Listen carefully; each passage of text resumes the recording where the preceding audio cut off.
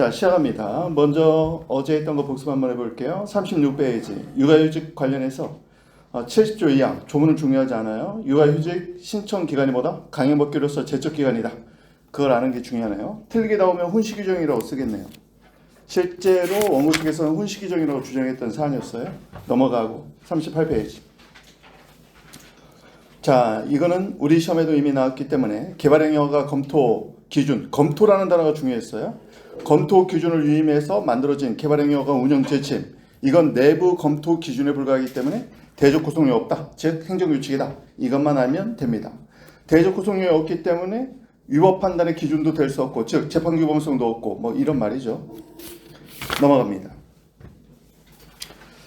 자, 41페이지에 보면은 수익 식품에 관한 필요한 사항을 총력으로 위임한 거, 필요한 사항이 뭔데? 너무 포괄적인 거 아니야? 그렇지만 내용의 대강이 예측 가능하다는 것이죠. 수입할 때 어떻게 해야 될지, 뭐를 문제 삼을지 일반인들도 대략적으로 예측할 수 있다는 거예요. 포괄적인 근저원칙 위반 아니다. 넘어갑니다. 42페이지 3번 판례입니다. 입찰 참가 자격 제한은 처분이라고 했어요. 그런데 법인단체에 대해서 입찰 참가 자격을 제한했을 때 그 대표자가 우회적으로 입찰 참가를 할 수 있게 해버리면 제지 실효성이 없기 때문에 대표자까지 입찰 참가 자격 제한 조치하는 거, 이것은 합리적 이유가 있다고 판단하는 거죠. 합헌적 해석이 이루어졌습니다. 넘어가고요. 교부금 지급에 관련된 내용인데요.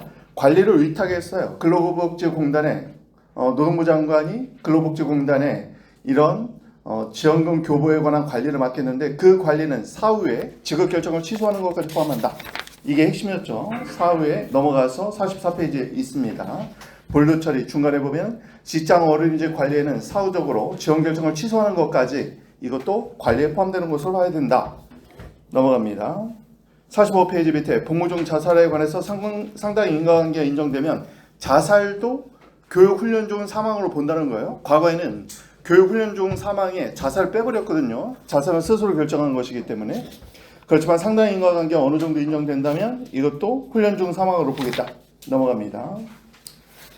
2번 예상지문도 중요하다고 했어요. 모법의 합치적 해석이 가능하다면 함부로 무효라고 선언하면 안 된다는 거. 그리고 모법을 구체화시키는 것에 불과할 때, 해석 가능한 범죄의 경우일 때 직접적 위임 근거 규정이 없어도 된다는 것까지 기억하십니다.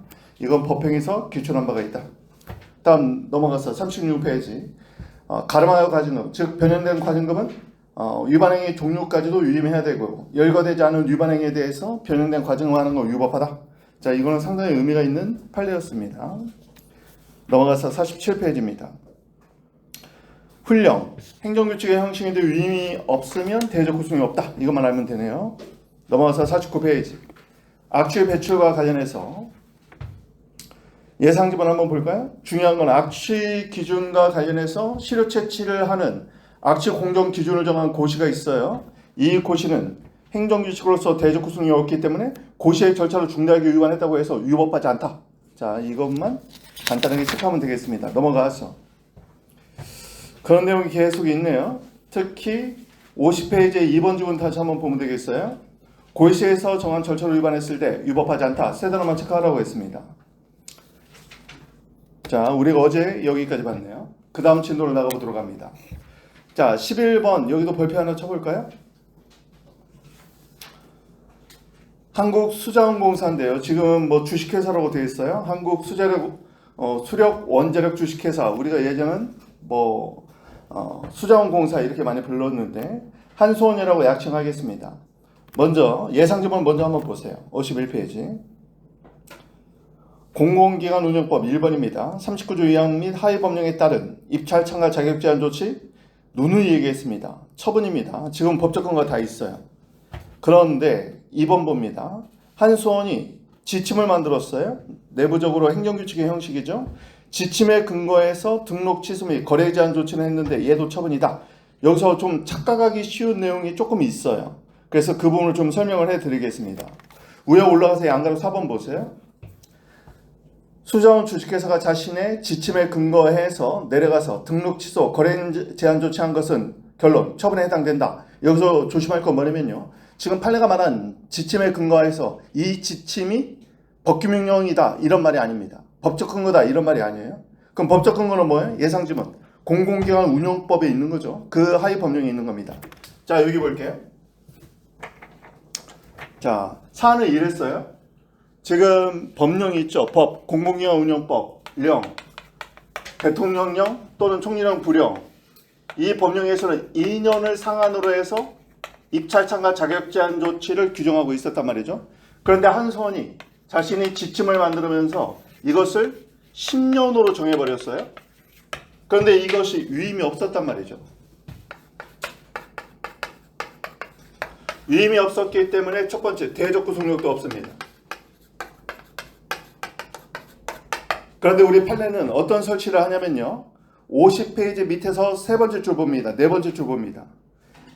그 밑줄 되어 있는 부분 있죠. 행정규칙의 내용이 상위 법령의 일본 원칙에 반하는 것이라면 밑에 당연무효, 내부적 구속력도 없다고 봤어요. 사실 이 판례에서는 설시 내용에는 정확히 없긴 하지만 위임이 없이 2년을 10년 이렇게 과도하게 해버린 것은 이것은 상위 법령에 반해서 내부적 구속력도 부정해야 된다는 취지가 깔려 있어요. 여기서는. 근데 뭐 이거는 몰라도 상관없어요. 어쨌든 여기서 우리가 만약에 사령 객관식으로 나오면 알아야 될 거 다 한번 적어봅니다. 첫 번째, 한수원. 공공단체니까 이중적 지위에 따라서 행정청의 지위가 있다. 그래야 처분을 발행할 수 있겠죠. 두 번째, 어제 했던 것처럼 입찰 참가 자격 제한 조치 처분이다. 세 번째, 이 지침 위임이 없어요. 대적 구속력 없다.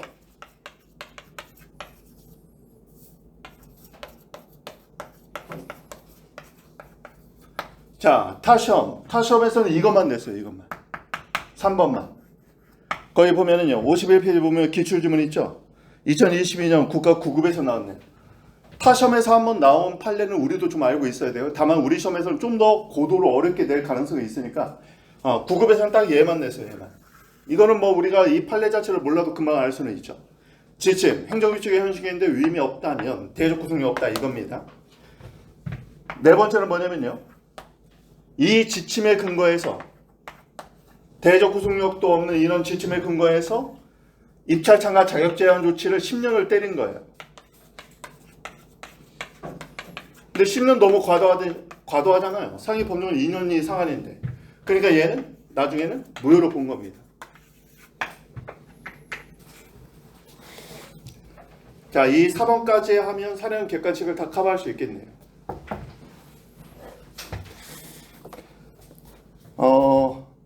판례 원문을 다 읽기 힘들어서 거기서 제가 51페이지 보면은 예상지문 바로 위에 화살표에 다 정리를 해놨죠. 봅니다. 한수원은 공기업으로서 행정청이고 이중적 지위가 있다는 걸 기억합니다. 위에다 줄 펴고 이중적 지위.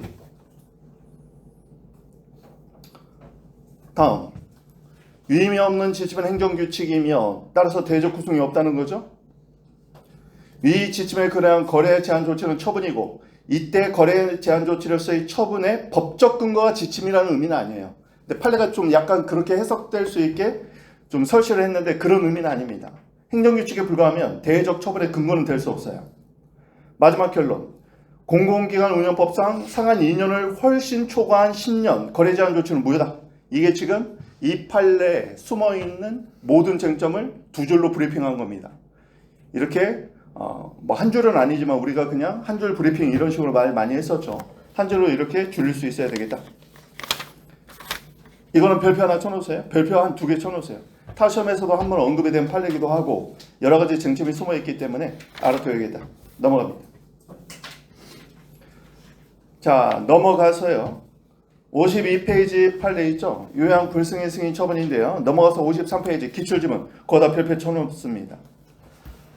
제가 작년에 조회할 때 두 판례를 계속 적었었어요. 한 3번인가 4번 정도 적었는데 그 중에 하나가 올해 우리 시험에 나온 개발행위와 운영지침은 행정규칙이다. 그 다음에 두 번째 적었던 게 이 판례입니다. 그 2개 적은 것 중에 하나가 올해 기출이 됐는데 그때 같이 적었던 판례가 이 판례였어요. 같이 한번 볼게요. 기출지문만 봅니다. 산재법 시행령 별표. 업무상 질병은 사실 우리가 잘 모르는 질병도 상당히 많을 수 있잖아요. 따라서 예시다. 기억합니다. 시행령에서 규정하고 있는 업무상 질병은 예시로 봐야 되겠죠. 왜냐면 아직 의학적으로 제대로 인과관계가 소명되지 않는 그런 증상들도 충분히 있을 수 있는데 거기에 규정이 없다고 해서 빼버리면 안 될 거 아니에요. 그러니까 당연히 예시로 봐야 된단 말이죠. 시행령이 예시라면 시행령에서 위임해서 만들어진 고용노동부 고시는 이것도 대적구속력이 없다 이렇게 본 겁니다. 예시로서 설치한 것을 좀 구체화시켜 준 거에 불과하다고 본 거예요. 자, 기억하십니다. 그 정도만 판단. 원래 판례 안에는 더 어려운 내용이 있는데 뭐 시험용으로는 딱 이 정도까지만 알면 될 것 같아요. 기억하십니다. 산재법상 업무상 질병 예시다. 따라서 시행령의 업무상 질병 예시이기 때문에 시행령에서 구체화시키라고 한 고시도 이것도 대적구속력이 없다. 자, 여기 한번 볼까요? 사족을 붙이는 것 같아서 괜히 할까 말까 좀 고민은 되는데 잘 보세요. 시행령 별표에 업무상 질병의 종류, 이게 예시라는 거죠. 이게 핵심이고, 따라서 시행령에서 위임을 받은 고용노동부 고시, 고용노동부 고시, 이게 이제 시험에 나오면 여기가 나오겠죠. 대적구속력이 없다. 업무상 질병을 좀 구체화시킨 고시거든요. 대적구속력이 없다. 따라서 법원과 국민을 구속할 수 없죠.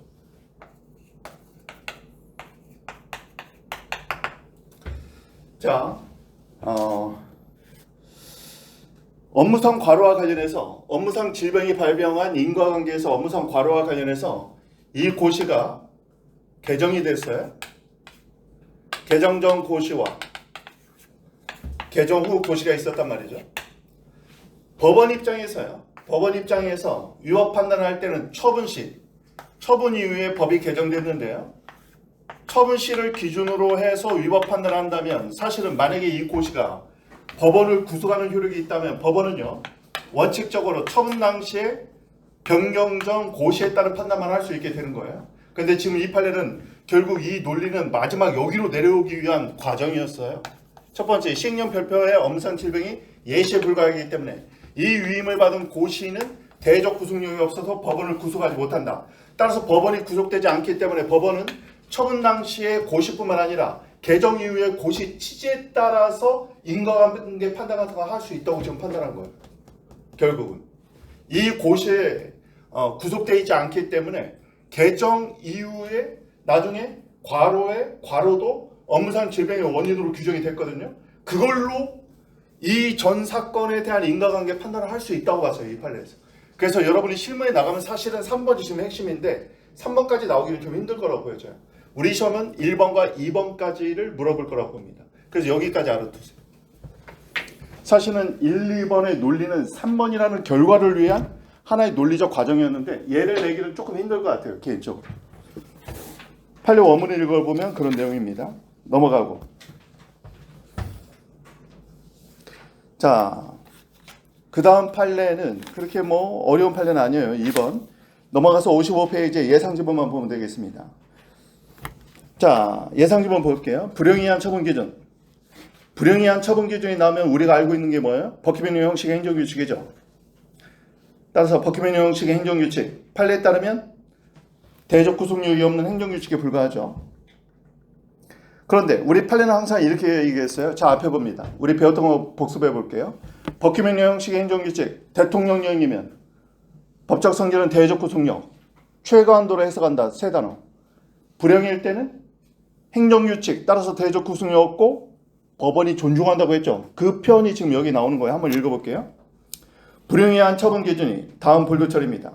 현재의 부당하다고 인정할 만한 합리적 이유가 없는 한 섣불리 그 기준에 따른 처분이 재량의 범위를 일탈하거나 남용했다고 판단해서는 안 된다. 이게 화살표, 이게 존중한다는 의미입니다. 재판규범성을 갖는다는 의미가 아니에요. 대적 구속력은 없으나 상위 법령에 위반하지 않으면 가급적 존중해줘야 된다는 겁니다. 넘어가세요.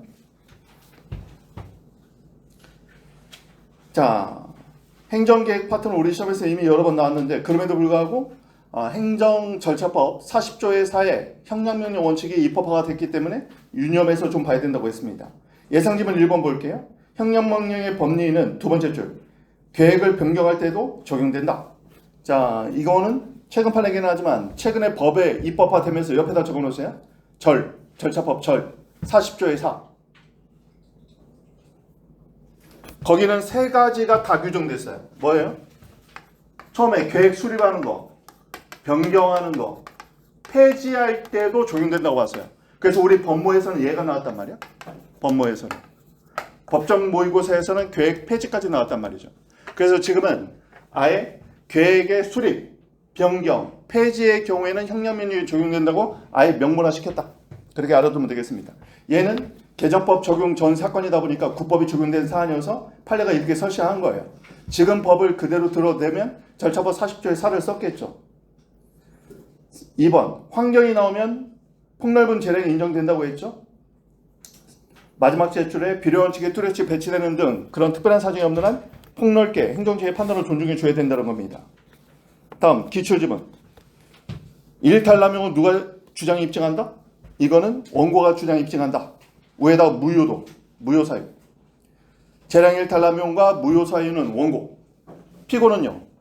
처분의 위법성 / 적법성.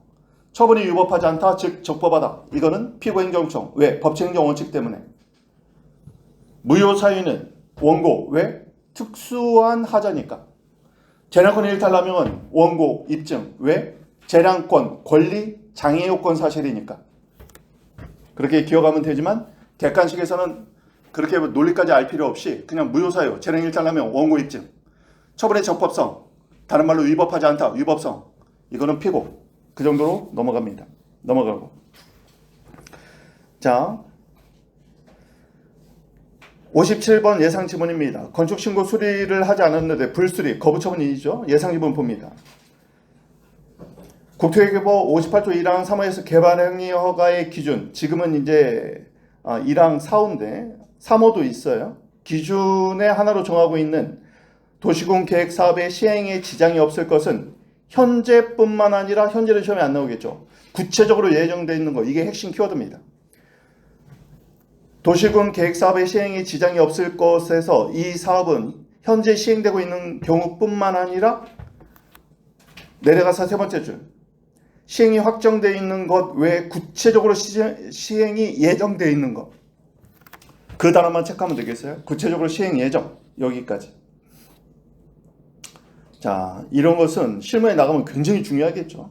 어디까지로 보느냐에 따라서 여기서 말하는 건축허가는 큰 건축 같은 경우는 안 될 수도 있고 될 수도 있단 말이죠. 어느 정도 도시사업계획이 시행이 예정되어 있느냐, 구체적으로 예정되어 있는 경우를 포함하고 있다는 거 기억합니다. 넘어가고 3번 청구 이해소 관련해서 넘어갑니다. 자, 이거는요. 예상지문 1, 2번을 빠르게 한번 봅니다. 같이 한번 읽어볼게요. 주민등록 도시관리 계획의 2반. 자, 우리 사례 공식으로 한번 들어가 볼게요. 2반의 동그라미. 줄 빼고 개변청. 계획변경 청구권 인정되는 4가지 중에서 2반자가 들어가 있었단 말이죠. 계획 2반. 계획 변경을 2반할 수 있어요. 2반 제한할 수 있어요. 이거는 계획 변경을 요구하는 개변청입니다. 자, 2반 제한을 거부했어요. 거부 체크하고. 그럼 얘는 처분이 되는 거죠. 거부 처분 동그라미. 왜 처분이 돼? 2반 제한을 거부한 게 처분이 되는 이유는 2반 제한을 할 수 있는 법규상 또는 조례상 계획 변경 신청권이 인정되기 때문입니다. 개변청이 있기 때문에 2반 제한의 거부는 처분이 됐어요. 그런데 그 다음 봅니다. 위법하다고 판단해서 취소하는 판결이 확정됐다면 슬래시 끊고 인용 판결이 확정됐으니까 옆에다 기속력이 발생하죠. 자, 우리 시험에서 많이 나왔어요. 기속력이 거부 처분에 대한 취소 판결이 확정됐어. 기속력이 발생해. 그러면 신청에 대한 인용 처분을 해야 될 의무가 있다 없다? 없다. 가부간의 결정을 다시 할 수 있어요. 따라서 그 옆에 그대로 수용에 동그라미 치고 여기다 별표. 이 말을 패러프리징 해보겠습니다. 신청의 인용 처분이라고 적어보세요. 신청에 대한 인용 처분을 해야 될 의무가 있느냐? 없다는 거예요.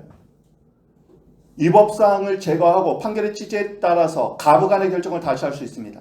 신청에 대한 가부간의 결정을 다시 할 수 있다. 이건 시험에서 여러 번 나왔으니까 반드시 별표 쳐놔야 돼요.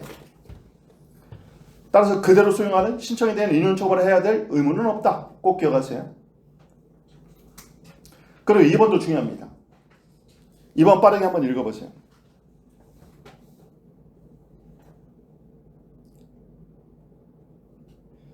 자, 이게 음성 녹음도 있으니까 제가 읽어줘야겠네. 여러분 교재를 같이 보면서 지금 음성 파일 듣는 분들도 교재 같이 보면서 해야 돼요. 58페이지 예상지문 2번입니다. 위반 제한을 거부하는 처분이 이익형량의 하자가 있어 위법하다고 판단해서 취소 판결이 확정되었어요. 행정처이 다시 새로운 이익형량을 해서 적극적으로 도시관리계획을 수립했다면 취소 판결의 기속력에 따른 재처분 의무를 이행한 것으로 보아야 하고 심표 나왔으니까 한번 슬래시 끊습니다. 네 번째 줄 기속력이 위배되지 않는다면 계획 재량의 한계 밑에가 형량명령이죠. 이게 형량명령을 일탈한 것인지 여부를 별도로 심사할 필요가 없다. 틀렸습니다. 자, 옆에다 한번 나중에 정리를 해서 깔끔하게 한번 적어볼게요. 봅니다. 거부처분, 취소 판결, 확정에 따른 기속력이 발생했을 때 지금 시험에 나오는 거 1번 특히 계획 변경이네요. 얘는 계획에 대한 위반인데 첫 번째 신청에 따른 인용 처분 의무 없다. 가부간의 결정을 다시 할 수 있다. 두 번째 판결의 취지에 따른 위법 사유를 보완해서 다시 수립을 했어요. 그렇다면 기속력 위반은 아니죠. 기속력 위반이 아니라는 것과 새롭게 수립한 것이 형량명령 원칙을 준수했는지는 별개라고 본 겁니다.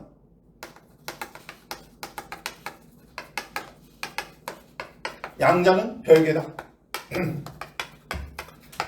따라서 취소 판결이 확정돼서 기속력에 따른 위법 사유를 보완해서 다시 새롭게 수립을 했단 말이죠. 계획을 새롭게 수립했어요. 그럼 기속력 위반은 아니야. 그렇지만 새롭게 수립한 계획이 형량명령 원칙을 제대로 준수했는지는 다시 심리해봐야 된다는 겁니다. 왜? 여기서 위법하게 판단한 개개의 구체적 위법 사유를 보완했기 때문에 기속력 위반은 아니지만 나머지 내용 자체가 형량명령 원칙을 준수했는지 다시 심리가 필요하다고 본 거예요. 지금. 그래서 기속력 위반이 아니면 형량명령은 뭐 무조건 다 적법함으로 보냐? 그건 아니라는 겁니다. 특히 계획이라는 거 고려할 요소가 많기 때문에 이렇게 다시 한번 형량명령 해봐야 된다는 거예요. 이거 기억하세요? 상당히 중요하겠죠. 여러분이 딱 봐도 이런 것들은 실무에서 상당히 중요한 판례로 인식되겠다 이런 느낌이 들잖아요. 지금. 자, 그 정도 보면 되겠습니다. 기출지문은 1번이 나왔네요. 기출지문 빠르게 한번 같이 한번 봅니다. 위반 제한, 취소 판결 확정, 그대로 수용, 의무 없다. 여기서 말하는 그대로 수용이 신청이나 인용 처분해야 될 의무가 없다. 이렇게 패러프레이징 할 수 있으면 되는 겁니다. 다음 넘어가고. 자, 4번은 예상지문만 가볍게 보면 되겠어요. 공식이네요. 자연환경 보호라는 말이 나오면 재량 판단은 폭넓게 존중돼야 된다. 넘어갑니다. 60페이지. 여기 예상지문은 시험에서 여러 번 다 나온 거네요. 알아둬야 됩니다. 특히 1번, 2번. 이 1번과 2번이 이미 여러 번 나왔어요. 1번에서는 꼭 체크해야 될 단어는 뭐냐면요. 침입적 처분은 엄격 해석의 원칙인데 엄격 해석. 이 단어는 틀리게 절대 안 만들어요. 틀리게 만드는 부분은 뭐냐? 세 번째 줄입니다. 엄격하게 해석해야 되겠지만 세 번째, 불리한 법령 해석이 일체 허용되지 않는 것은 아니에요. 세 번째 단어가 중요해요. 불리한 내용의 법령 해석이 일체 허용되지 않는 것은 아니다. 왜? 입법 취지에 비추어서 합리적 범위 내에서 아까 우리 봤죠? 뭐 봤어요? 이탈 참가 자격 제한 조치를 단체나 법인에 할 때는 대표자에까지 하는 거 이런 것도 가능하다고 봤잖아요. 왜냐면 제재의 실효성 확보를 위해서 입법 취지를 고려해 봤을 때 그런 불리한 해석이지만 그 법의 실효성 확보를 위해서는 그런 해석이 필요하다면 인정될 수 있다는 겁니다. 따라서 꼭 기억하세요. 세 단어. 나중에 복습할 때는 세 단어예요. 침입적 처분, 엄격 해석 원칙, 불리한 해석 일체 허용되지 않는다? 틀린 지문이다. 불리한 법령 해석도 어느 정도는 입법 취지 범위 내에서, 입법 범위 내에서 어느 정도 허용될 수 있다. 다음 2번. 똑같네요. 침입적 처분, 엄격 해석 원칙, 두 번째 줄, 문헌에 가능한 범위 내에서, 여기서 말하는 문헌에 가능한 범위, 문헌의 의미를 뛰어넘으면 안 돼요. 입법 취지와 문헌에 가능한 범위 내에서 체계적 해석과 목적론적 해석, 이게 핵심입니다. 목적론적 해석 별표. 제재 처분이라고 해서 엄격 해석 원칙이 적용된다고 해서 일체 불리한 해석이 다 배제되는 건 아니다. 문헌에 가능한 범위 내에 목적론적 해석이 가능하다. 목적론적 정확히 체크합니다. 3번은 지갑정보 제공자의 의무 위반을 탓할 수 없는 정당한 사유. 정당한 사유는 항상 관계자 모두로 판단한다. 우리가 실내보호에서 귀책사유에서도 관계자 모두라고 봤었잖아요. 똑같이 보면 되겠습니다. 정당한 사유, 관계자 모두. 1, 2번이 중요합니다. 넘어가고 43페이지 별표 3개 쳐놓았어요.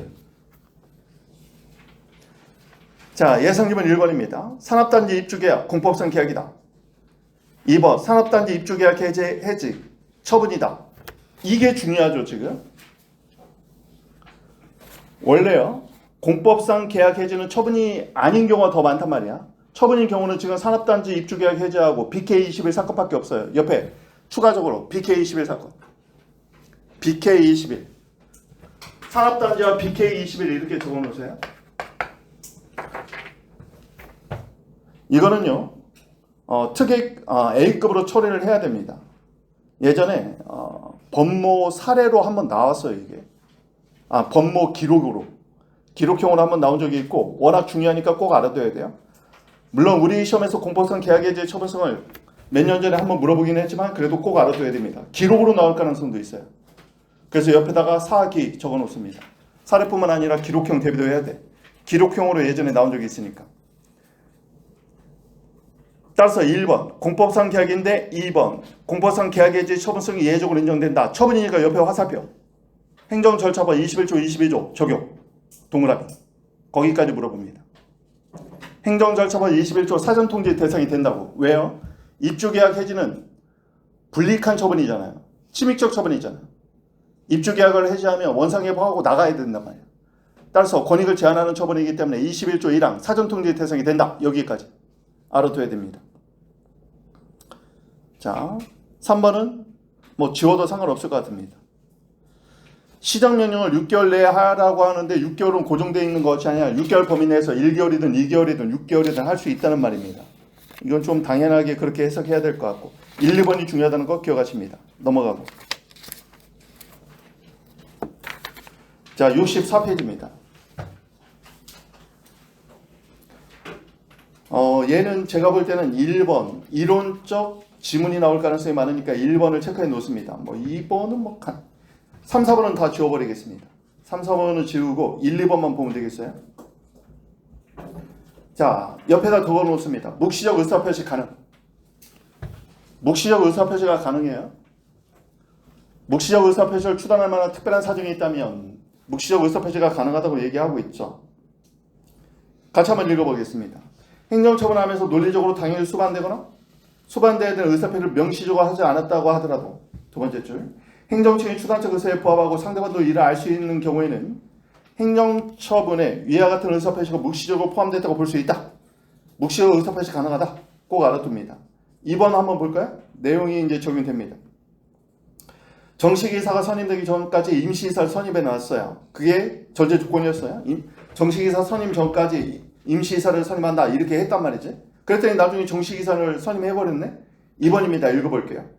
관할 행정처의 사회복지법상의 정식이사 선임보고를 수리하는 처분을 했다면 임시이사는 해임하는 의사표시가 당연히 논리적 전제로 수반되는 것으로 봐야 되겠죠.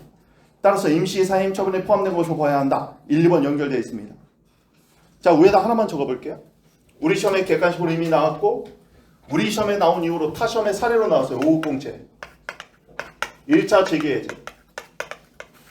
후 동일 사안에 관해서 2차 직위해제가 있었어요.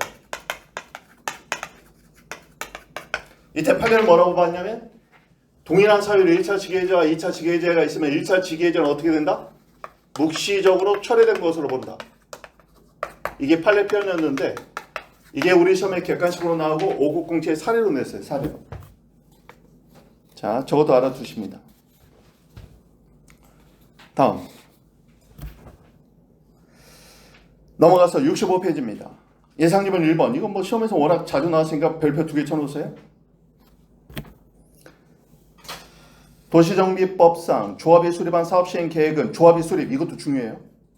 조합이 수립 동그라미. 위에다 비교 표시. 토지 등 소유자가 한 사업시행 계획은 사업시행 계획 인가는 우리 판례가 설권적 처분으로 보죠. 아니면 안 써도 돼요. 그런데 조합이 수립한 사업시행 계획 인가는 뭘로 본다? 강화상 인가로 본다는 겁니다. 인가가 나오면 시험에서 사례로 물어보는 건 뭐예요? 협의 소유 물어보는 거죠. 기본행위 하자를 이유로 인가를 다툴 수 없다. 기본행위를 다투어야 된다는 거예요. 학생들이 틀리는 부분은 이겁니다. 그러면 기본행위가 뭔데? 기본행위는 시행 계획 자체예요. 총회가 아니라. 그리고 인가가 있는 거죠. 시행 계획은 조합원과 이해관계에 관한 구속처 행정계획입니다. 따라서 처분성이 인정되기 때문에 항고소송으로 다퉈야 되는 거죠. 자, 그게 1번이에요. 거기 봅니다. 조합이 수립한 시행계획. 얘는요, 그 옆에 관할행정처의 인가고시가 있으면 여기서 관할행정처의 인가는 강화상 인가가 되는 거죠. 그러면 내려가서 이해관계인에게 구속력이 발생하는 독립단 행정처분에 해당되므로 뭐가? 사업시행계획이 연결합니다.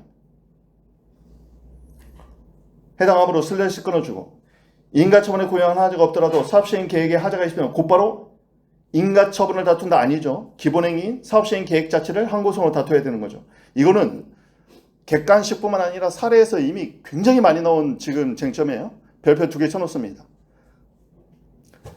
이거 옆에다 A급이라고 적어놓으세요. 그런데 이거 있었죠. 인가 전에는 뭘 다퉈야 돼요? 인가 전에는 총회 의결을 공법상 당사자 소송으로 다퉈야 돼요. 근데 이게 왜 중요하냐면 행정소송 규칙에 얘가 들어왔단 말이에요. 지금 조문 가지고 오셨어요 혹시? 자, 행정소송 규칙 한번 찾아보세요. 근데 우리 시험에서는 올해 나오긴 했는데